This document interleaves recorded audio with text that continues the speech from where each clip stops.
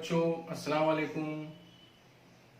On line تعلیمی class میں آپ تمامی کا استقبال ہے، سواگت ہے۔ میں ہوں آپ کا معلم ظہیر خان۔ آج ہم تاریخ اس مضمون کو پڑھیں گے۔ بچوں، تاریخ کو 3 حصوں میں بانٹا گیا ہے۔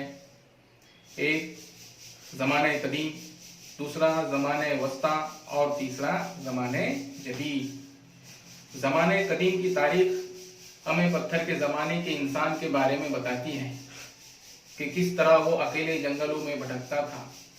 جب اسے بھوک کا احساس ہوتا تھا تو وہ درخت کے پھل، قند وغیرہ کھا لیا کرتا تھا۔ آئے دن اسے جنگلی جانوروں سے ڈر رہتا تھا۔ جنگلی جانوروں سے اپنی حفاظت کے لیے اور ان کا شکار کرنے کے لیے اس نے کس طرح پتھروں کا استعمال کیا۔